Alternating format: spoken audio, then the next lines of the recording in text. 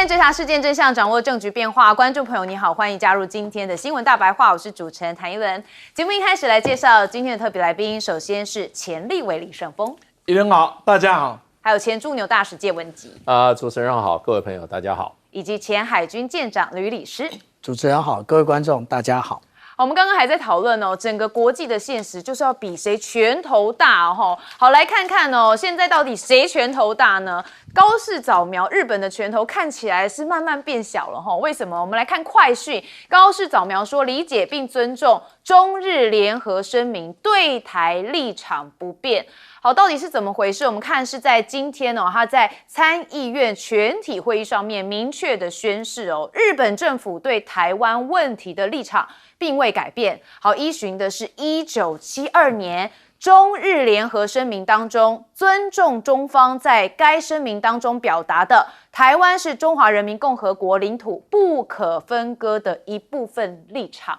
好，怎么解读呢？其实哦，很多人觉得日本算是慢慢的退回，越来越趋向中国大陆要的立场，因为他之前曾经讲过旧金山合约，但是引发中方的不满，认为日方又在挑衅这个台湾主权未定论。但现在看来，高市早苗确实有稍微退回来，但还不到中方要的撤回言论。好，所以我们接下来还是要持续来带您关心中日之间的发展。好，但我们看到现在在这个中国大陆的网站上面，包含今日头条、微博热搜，还有百度热搜，第一、第二名哦，都在关心的是中俄双方，而且涉及的就是日本问题。好，我们就来看到中俄外长会晤，王毅这边怎么说？他说坚决的遏制日本极右势力企图再军事化的挑衅行为。好，我们就来看他跟拉夫罗夫之间的会面哦，两人握手，非常的紧密哦，靠得非常近。好，王毅说，今年以来国际的环境越发不稳定、不确定又难预料，双方一致同意要维护这个二战胜利的成果，坚决反对任何企图为殖民侵略翻案的倒行逆施。那拉夫罗夫这边哦也特别讲说，俄方恪守一个中国原则，坚定的支持中方在台湾问题的立场，愿跟中方来实现互利共赢。好，那王毅不只跟拉夫罗夫见面，他还跟另外一位绍伊古来会面哦。那他们两人哦，在会晤之前，我们可以看到画面当中，其实他们是微笑握手，而且哦并肩步入了会场。那他们是为了中俄第20轮的战略安全磋商来进行交流。好，我们看到两个人互动真的是非常的融洽哦。那当然这也是王毅这一行哦主要的目的，一方面是展示给大家看，我现在跟俄罗斯的关系非常好。好，那绍伊古这边回应说，这个军国主义的九头蛇现在再次抬头。好，讲的是谁？大家知道，一定就是在讲日本。好，但莫斯科跟北京哦，在斩断其头颅方面已经累积了足够的经验。好，俄罗斯来了，现在中国大陆的外交部也特别讲说，他们对于日本问题达到了高度的共识，也就是双方涉及两国战略安全利益的重大问题，全面深入的进行沟通，达成了新的共识，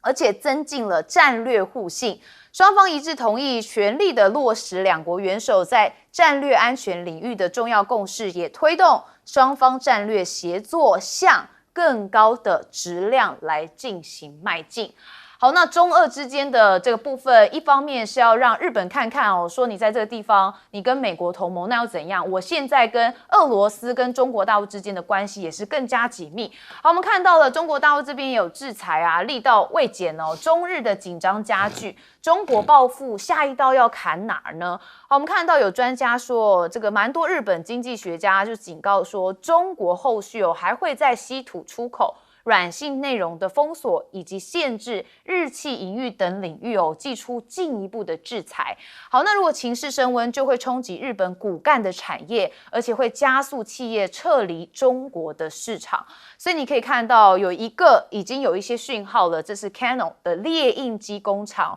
现在停厂了。好，上千员工突然就失业，他们已经撤出了中国。好，那到底是不是这个原因部分，我们还要再观察。但是看出来有一些讯号正在存在当中。好，那不想中日关系闹僵吗？日本工商团体跟日中友好议员的联盟干部也有跟中国驻日大使来进行会面。所以日本内部也蛮紧张的。那甚至这个日本团体请求访华，那中方这边就说希望相关的团体你在日本的国内要发挥积极作用。我们就看到中国大陆外交部发言人林健就讲说，这个中方敦促日方要反思纠错，撤回高市首相的错误言论，那停止伤害两国国民的情感，以实际行动来体现对华的政治承诺，以中日的正常交流要创造必要的条件。好，所以你看嘛，我就讲中方的立场还是希望高市能收回他错误的言论，所以接下来就看这两国的关系如何在进行。好，那当然现在日本的经济状况对很多人来说是不好的，那甚至香港商报这边列出了7点，认为这是日本经济走向衰败的表现。第一个就是 GDP 长期停滞不前，再来就是制造业衰退消费电子全面溃败，那还有外部市场这个风雨飘渺，甚至日元从避险货币现在变成了烫手山芋，以及政局动荡，还有第4次产业革命掉队，还有就是老龄化跟少子化，让经济后继乏力。好，那市场恶化的原因在日本，现在有专家说高市有一套组合拳，其实还是把日债打入一个恶性循环。他说高市不是推出21.3兆的这个日元经济刺激计划，他说这资金将用于通膨跟民生补贴，但是也意味着日本政府将大量的发债，那刺激计划就可能进一步的推升通膨，这是日债的双重利空。那到底日本的内部有多严重呢？其实有人是有在讲说这个便利商店卖酱汁拌饭，原本以为大概是100日元，结果竟然发现它售价含税要268日元，所以大家就吵成一团啊！只有一个酱汁米饭，为什么要卖那么贵？所以这也显见了现在日本的通膨其实蛮严重的。好，所以你看日本网友说，我们是不是已经变成穷国了？还有人说，你想花300日元吃这个，还不如买泡面吧。这个是现在日本国内有些人的心声。好，我们还是看到中俄之间，那也包含高市早苗的一个最新说法，说是中日联合声明，也就是1972年的部分。我们先问介大使。因为在法律上有一个原则就是新法推翻旧法。那如果说日本是援引1951年的这个旧金山合约，那这个是相对于1972年的中日建交联合声明共同声明，这个都是国际法效力的这些文件，那当然是以新法为主了，更不要讲1952年也没有推翻这个在44年的这个开罗宣言跟波茨坦宣言嘛，对，也没有取代，那当然是以最新的。那现在高市早苗讲的话是实话。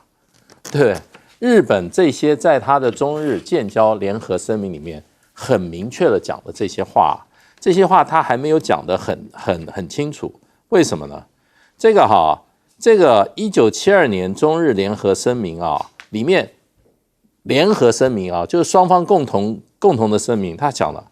日本政府承认中华人民共和国是中国唯一合法政府，中华人民共和国政府重申台湾是中华人民共和国不可分割的一部分，日本国政府充分理解和尊重中国政府这一立场，并坚持遵循波茨坦公告第8条的立场，那也就是开罗宣言里面，日本必须把这个过去侵占中国的领土，包括满洲、台湾、澎湖这些地方归还给中国。所以就讲得很清楚那你高市早苗为什么不早就这样讲呢？对，你基本上你就日本的1972年以后更明确的声明了，就是说台湾是属于中国的领土嘛。那你这样子做，你是不是干涉到别人的内政？如果你今天你的北海道跟你的东京之间发生了这个之间的那你就说，如果说北海道出事的话，就是我中国的这个危机存亡事态，我不排除使用武力，不就同样的事吗？你承认，因为波茨坦宣言也承认你日本北海道是你日本，可是你今天你也承认台湾是中国的，然后你说台湾跟中国之间有事的话，你要用武力来使用武力，这威胁到你日本的和平。所以当然啦，这些事情日本非常清楚啊。日本不是高市长不是搞不清楚，他是清楚的很。他也知道国际法，他只是在怎么样混淆视听，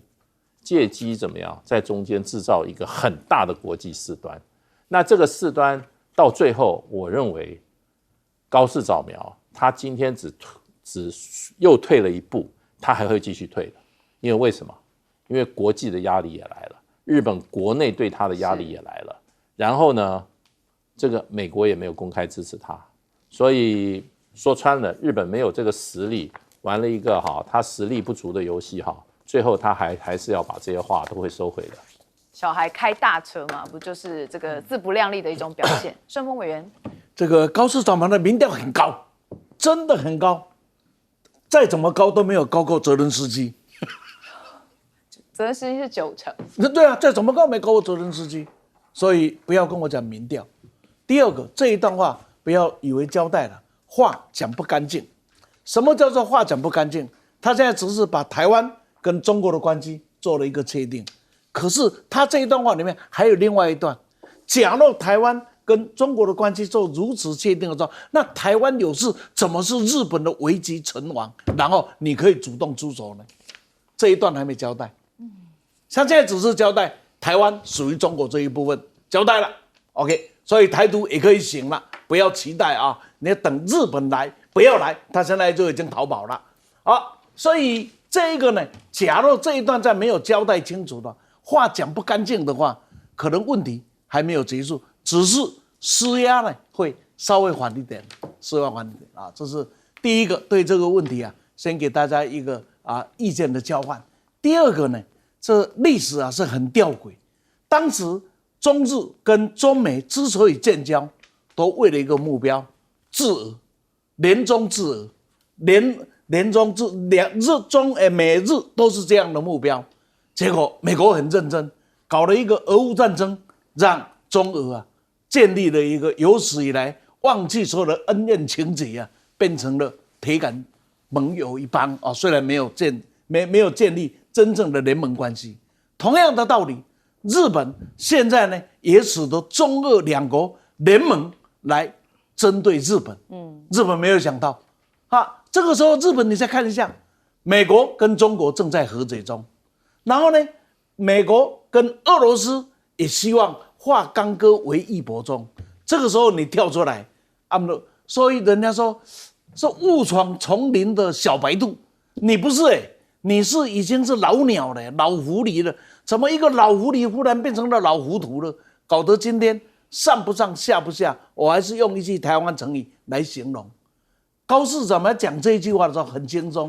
就是讲这句话那像你就是吃麻糍咧，轮到他后，甲咱讲是铁子吞也吞不落去，吐也吐不出来，以为是麻薯，结果发现到了喉咙才知道是铁块吐也吐不出来，吞也吞不下去他现在是很惨，所以不干净的话，在最后那一段没有再交代清楚的话，那问题是不能解决的。那中日的实力到底是怎么样子？真的，我们可以看到1895年日本马关条约签订的时候，对李鸿章的颐指气使的样子。1941年这一个1931年呢，在918事变呢，民国20年那种嚣张的样子，然后呢，到1937年的在卢沟桥宛平县，说他们在那里演习，日本军队在中国的土地上演习，然后说他的人不见了，就可以引发了这一场战争。那一种嚣张的气概比之于今天，因为日本的实力真的变了。我从1979年第一次到日本，到现在已经有40几年的经验。我最后一次应该是22年去的，因为我最近不太喜欢去。这一段期间里面，我可以告诉日本明显的正在衰落中。那个衰落我只用个最简单的给各位做参考。一个有效率的日本，在福岛地震的时候它的救灾之所以乱到无序啊，我简直很难想象。日本的朋友告诉我，李先生啊，你认识的日本已经不一样了。机长怎么看？我们现在看到了这个外事办主任王毅，他到了莫斯科，那也就是他跟了拉夫罗夫以及安全会议秘书绍伊古见面，然后有合照的部分这又再次的戳破这些欧美媒体的胡说八道。也就是我们看这些欧美媒体其实不看新闻也会和世界脱节，可是看了欧美新闻会和真相脱节。这些欧美新闻是在11月怎么讲的他讲说拉夫罗夫好久不见是不是因为那个跟俄罗斯跟美国之间的一个谈判失利，所以他失势了。结果现在我们看到，那他们之前还有更狠的，2022年又说这个普丁又得癌症绍伊古又得心脏病之类的，反正这些大家都可以回去搜寻一下，这些言论非常多。可是我们现在看到的，无论是拉夫罗夫或者是绍伊古都好好的，可是绍伊古先生跟这一个外事办主任王毅，他们的话就讲得很狠他们其实进行的是第20轮战略安全磋商。他在里面谈了什么？他说其实当前国际地缘政治其实非常复杂，这个一开始是从俄乌战争开始，可是现在呢更复杂的也就是这个川普总统他的一个关税问题，然后接下来就是高市早苗的胡说八道。那他说直接的全球安全领域的挑战增多那也就是他特别强调了，也就是声明了俄罗斯的立场，也就是俄罗斯坚定恪守一个中国原则，坚决在支持中方在台湾涉毒涉藏以及香港等问题上面的立场。意思是什么？意思也就是你高市早苗讲有关于台湾海峡的话，你不要忘了，你还有北方四岛北方四岛的中古海峡，如果俄罗斯舰队、太平洋舰队从北方下来，直接的捅破你的后门。所以为什么我们看到高市早苗现在开始软了？因为他发现，其实无论是中国跟俄罗斯以及这个南韩，没有一个人站在他旁边。我们休息一下，马上回来。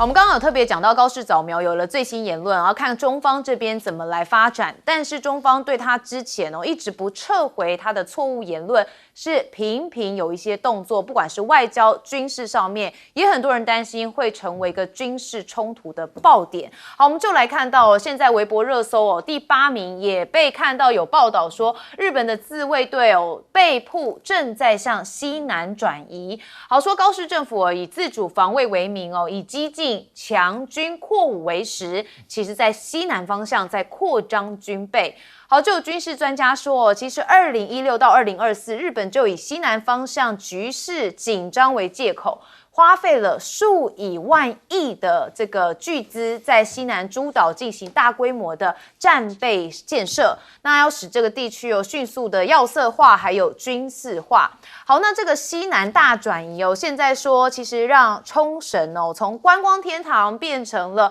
战略要色。好，这是日本政府的西南大转移的战略似乎也忽略了冲绳在面对台湾有事时的脆弱性。那就有分析说，这个冲绳是全日本最可能会受到影响的地区。那冲绳的粮食自给率只有33%，是长期受到美军基地的影响，大量的土地跟资源都被美军征用了，那也使得冲绳的发展受限。日本军备到底是不是走向了实战呢？那这个实战呢，也有在这个对岸的分析指出说，日本的军事准备走向实战化的考量是试图要迎合美国，那绑定日美同盟的关系，要突破专守防卫，那妄图要复辟军国主义。那也说，日本将部分的防卫费用投入安全韧性的建设，像是研发万能型血浆，还有制定战俘处理的战时法律，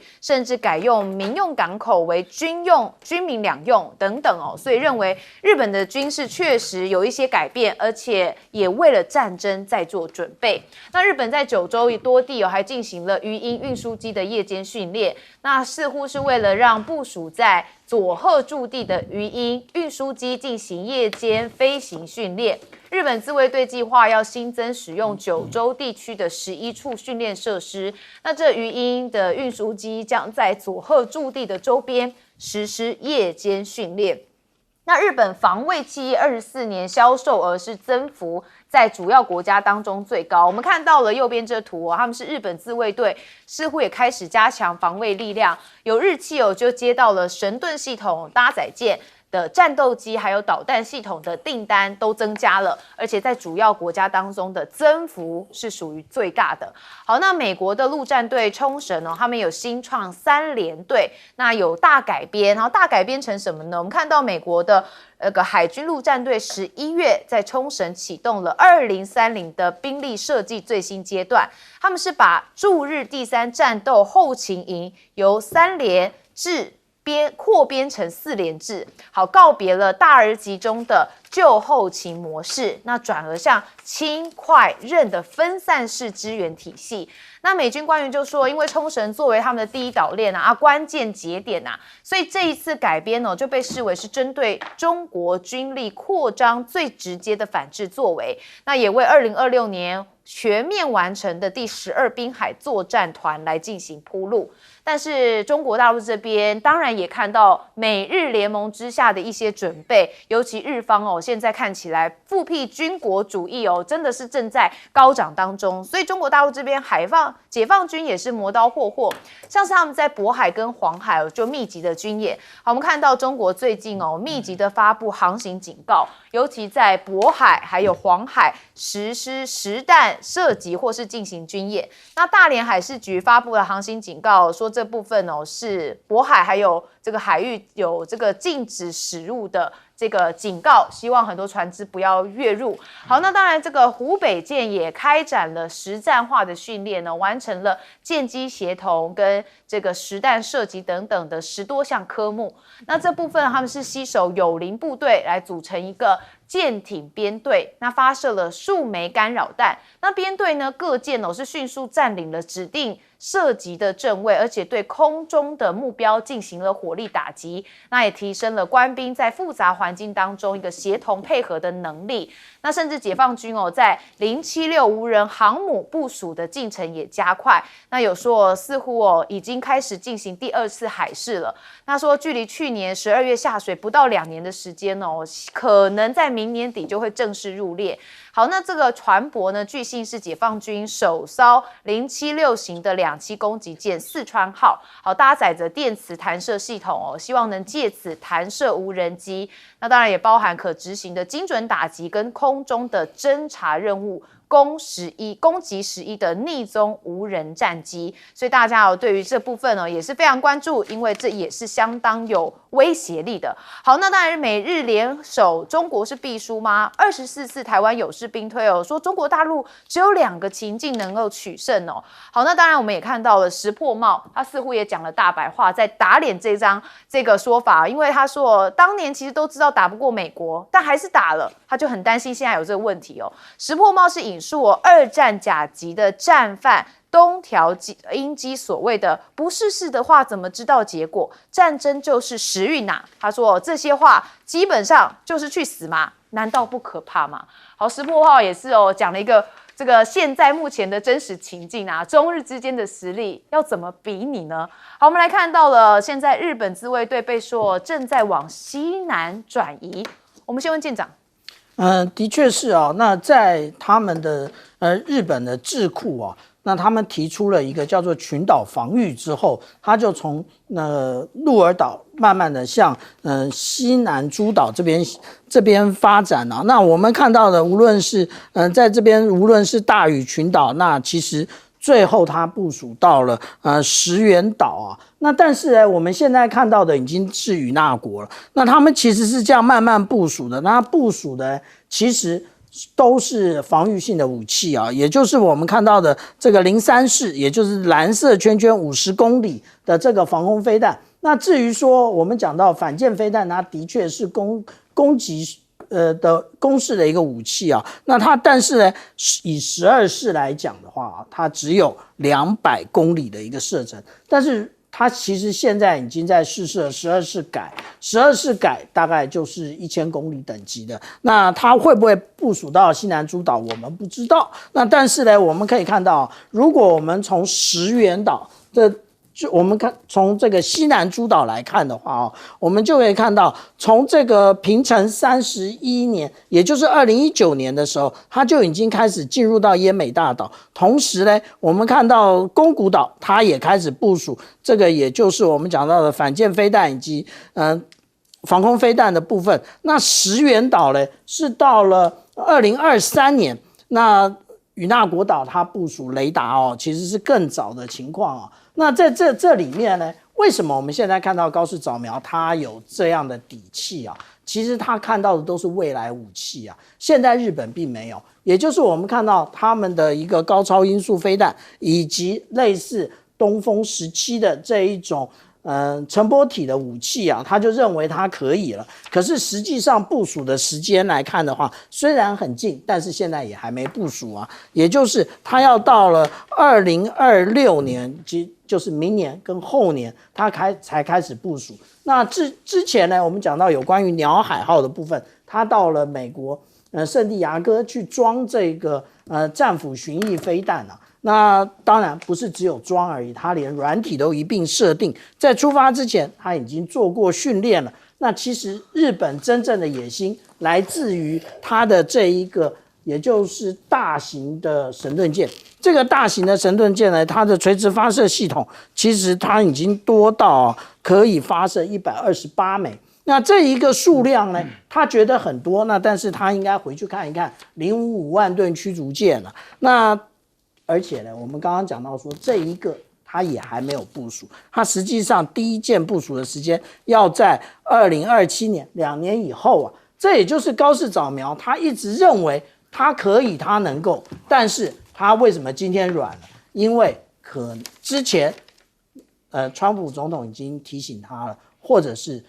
解放军实际上有真实的动作，然后已经被发现了，然后这真实的动作不是因为被你们发现，而是故意给你们看，告诉你高市早苗把你讲的不得体的话、不应该讲的话全部收回。好，介大师怎么看？其实刚刚那个舰长讲的都是日本在他这个部署还有武器提升部分。那还有一些很敏感的部分，就是高市政府它事实上已经决议要修改所谓的日本的非核三原则。当时佐藤荣作当日本首相的时候提出非核三原则，佐藤荣作因此得到了诺贝尔和平奖。那这所谓非核原则就是不制造、不拥有、不引入。那现在他想要引入，那所以就变成这个是一个很大的改变。那么11月21号，中国大陆驻这个联合国就是说国际原子能总署的那个代表李松大使他就特别提出来一点，他说日本长期制造并且储存超过民用核能实际需求的钚原料，这个钚是制造核子弹的原料，所以呢，他觉得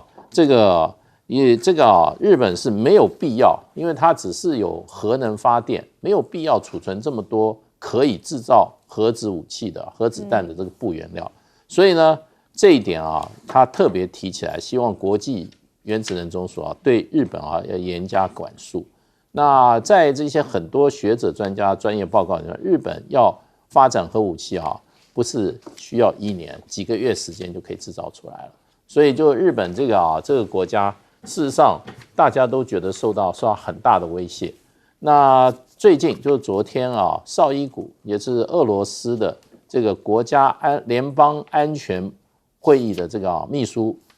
长，他特别在跟这个王毅外长见面的时候他提出来，他说指明日本，他说一些欧洲国家和日本出现为过去失败复仇的欲望，我们不允许许多犯罪政权在欧洲或东京复活，所以俄罗斯对这个也是非常有高度的警觉性。那日本现在就是说，基本上这些军事快速发展的问题昨天中国大陆驻日本的驻联合国的大使傅聪他又写了一封信给联合国秘书长，要列入记录。然后呢，他这个信是要分发所有会员国的。他说这封信里他说日本正在重新武装，日本影射中国扩张势力，不过周边邻国反对单方面改变军事现状，采取胁迫措施的目的就是在把日本自己历史上所谓的存亡危机为由扩充军备，然后呢以所谓的自卫为名发动对外侵略。所以呢他这个傅聪他呼吁那么全世界国际社会必须要高度警戒日本扩军备战、复活军国主义的野心，以共同维持世界和平。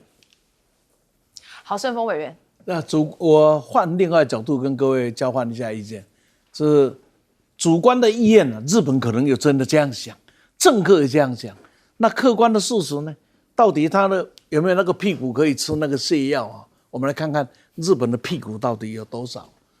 首先呢，人家是这样形容日本的这几代的男人，昭和男儿，然后呢平成废柴，然后令和良炮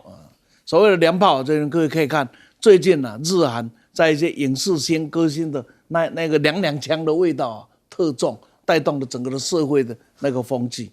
那我们来看看当时在80年前恢复了70几年前恢复了日本这个警察部队，也就是自卫队前身的时候，那美国已经充分的注意到，把它拔牙了。所谓的拔牙，就是当时二战的那一些军人都没有办法顺利的转移到新的军队里面来，所以是拔牙掉了。那拔牙了之后，那我们现在看看日本目前的军队实力状况怎样子。日本的自卫队走的是一条人少职精，所谓的人就是说我的部队人不多，但是我的战备呢这个很精良，那同时我的人呢也很精良。那我们现在来看看战备精不精良，大概没问题。日本的战备在全世界里面绝对可以排名前面的，但是人是不是精良？那我来跟各位报告几个数字可以给各位做参考。他现在的总兵力大概22万人，士兵22万人里面，士兵就往前冲的4万1千人，士官呢13万9千人，占了61%。那么士军官呢占21%， 4万8千人，平均年龄36岁。然后这个呢海空军陆军呢35岁，海空军呢36岁。那中国大陆的飞行员2020年的统计是平均年龄23岁。 OK， 那我举这个呢只是告诉大家一件事，就想要做什么也要看自己有多大的实力没有那个屁股千万不要吃那个泻药，那会把肛门泻坏掉当年日本就泻坏过一次了。所以日本当时走的话是过去叫脱亚日欧，所以我们讲的西方都包含了日本。我今天非常郑重的，以我过去跟日本的交往跟了解，我必须劝日本和欧日亚成为东方王道的干城，不要作为西方霸道的鹰犬，你可以成为亚洲一个响叮当的大国。我们休息一下，马上回来。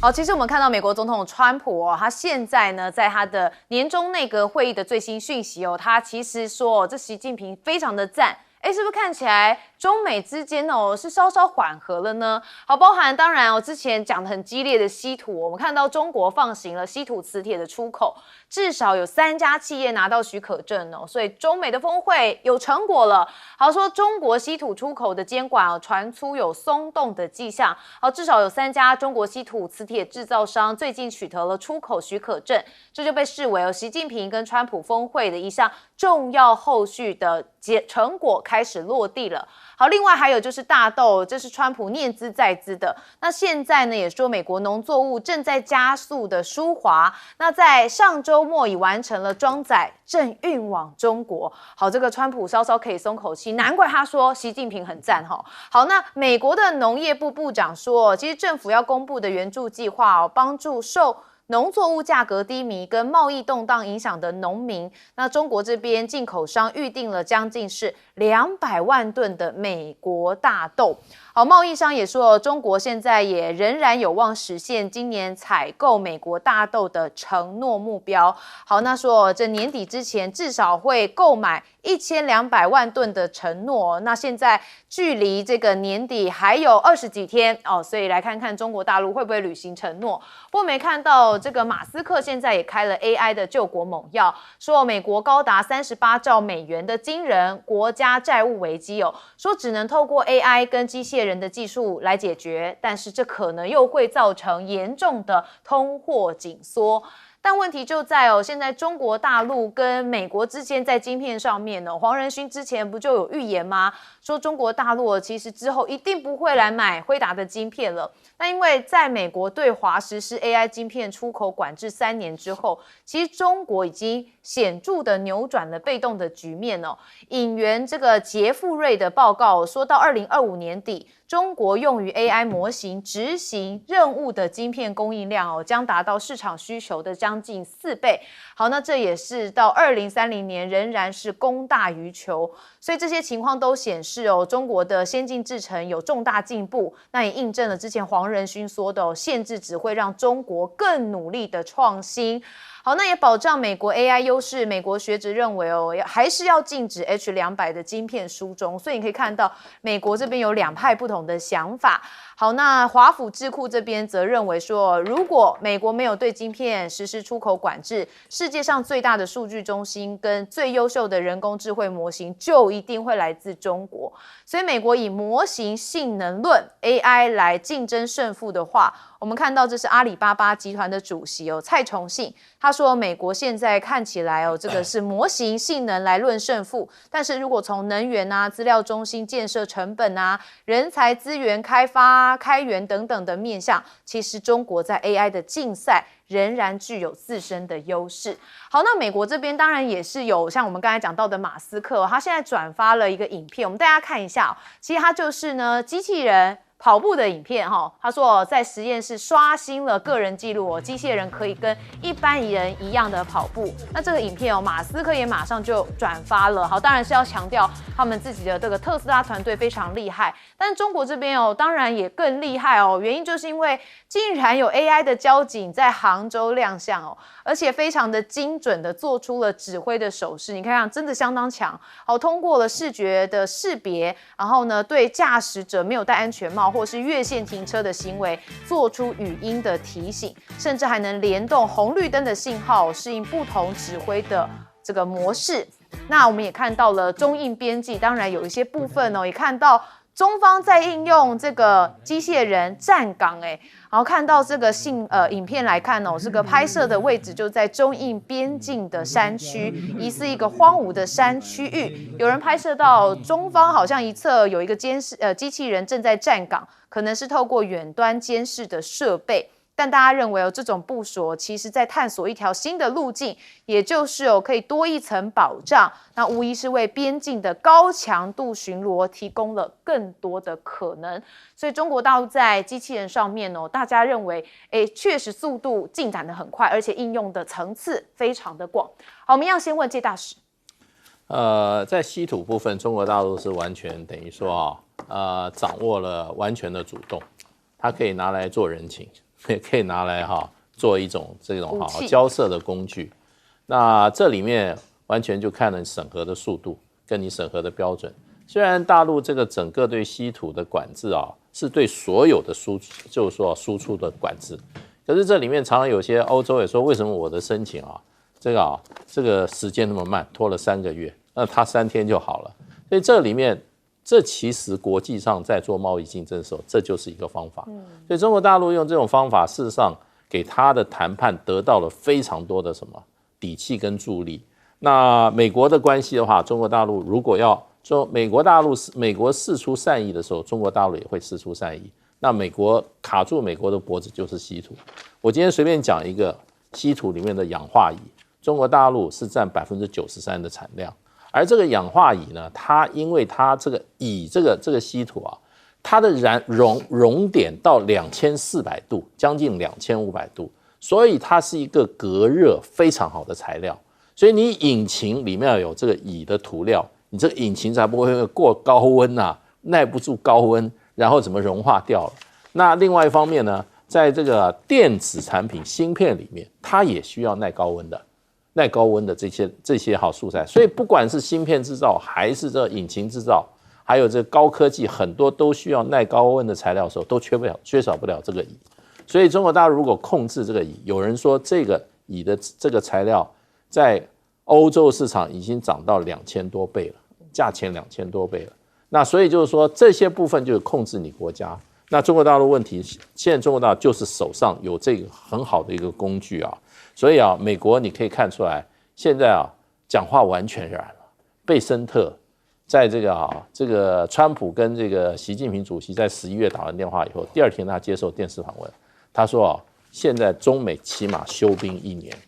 他说这是一个好消息。而且另外一个好消息就是呢，川普在2026年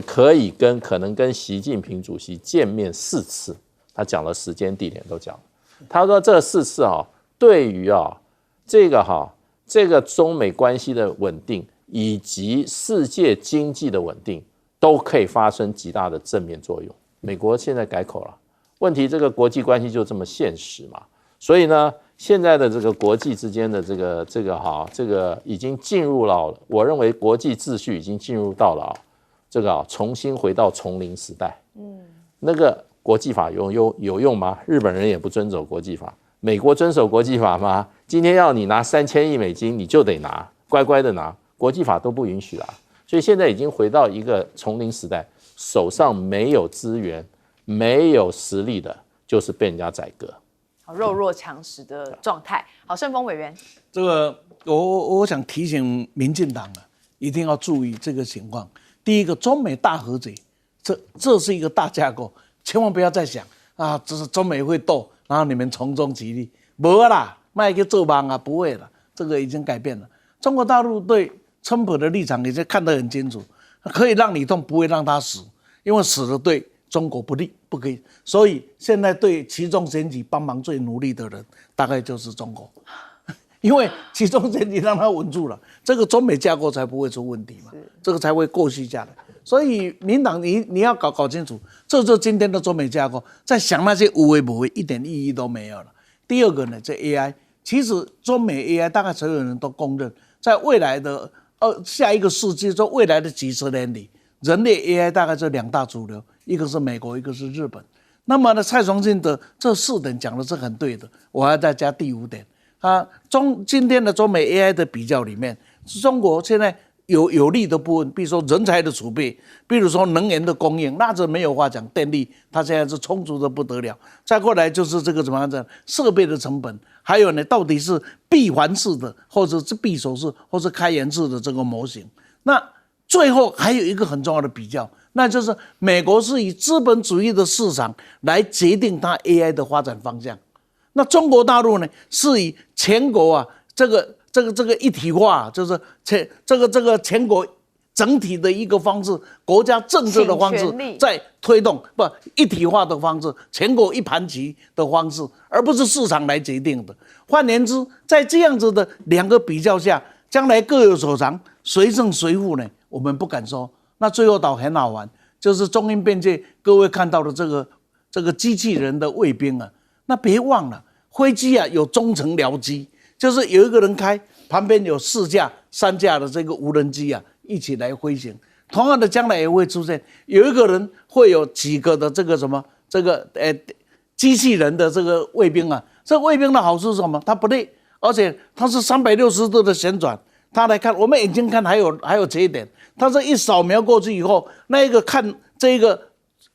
这个控制他的这个士兵呢，操控的士兵，他可以从画面里面看得很清楚所有的状况。然后呢，旁边还配有机器狗，可以冲进去咬人啊，不是咬人，这个来进攻，这等等这一套的配置啊，大概以后会在很多地方各位都可以看得到。好，舰长怎么看？我们刚刚谈到有关于这个川普总统以及习近平主席，他们因为高市早苗的错误发言，那其实他们通了一个电话，他们的电话里面呢，其实就看到了我们今天的成果。那我帮大家稍微整理了一下啊，刚刚盛峰老师特别讲到的啊，有关于说现在中美的架构其实就是 G2 的架构啊。那无论是习近平主席或者是川普总统，他们在新华社或者是在 Truth Social 里面，他们都有个别的提到这个内容，而且只有其实是这个中美架构，你才可以共同讨论乌克兰的问题啊。那这个乌克兰的问题，川普总统一定不会去跟高市早苗谈这件事嘛。那其实现在我们讲到的，无论是稀土或者是大豆，或者其他的农作物，其实都是从这个釜山共识，也就是习近平主席讲到的落实釜山会晤的重要共识，以及川普总统讲了一大堆，就是芬太尼、大豆以及其他农产品的部分，其实现在就在例行这个部分了。那也就是说呢，其实在中国大陆的一个举国体制之下哦，那现在当初NEC 跟 Sony 就特别的提醒美国，千万不要那个对于中国大陆的进行这一种科技战或者是贸易战，因为只要中国大陆进行这一个举国体制，当它突破之后，对不起，它就打成白菜价。当它一打成白菜价的时候，对不起，你全世界都无法跟它竞争哦。那所以现在其实已经露出那个端倪了，也就是我们讲到说，大家都认为说，中国大陆很想买这个H20的晶片，其实并没有。为什么？因为华为的升腾910C 其实已经超过 H20了，而且是超过整整4倍以上。那我为什么要再去跟你买这个又贵、速度又慢的这个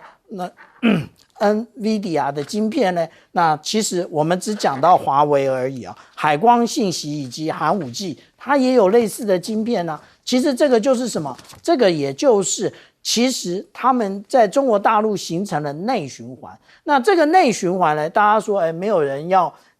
其他国家不会有人买，这还真的看错了。为什么？因为不是每一个国家都有这么多的一个经济支撑，可以跟美国 NVIDIA 买这么贵的晶片，那我跟中国大陆买可不可以？那当大家都跟中国大陆买的时候，各国也就是不是这么先进的国家，例如说金砖国家都跟中国大陆买的时候，那是不是就从那个内循环拉动了外循环，是不是就变成了双循环？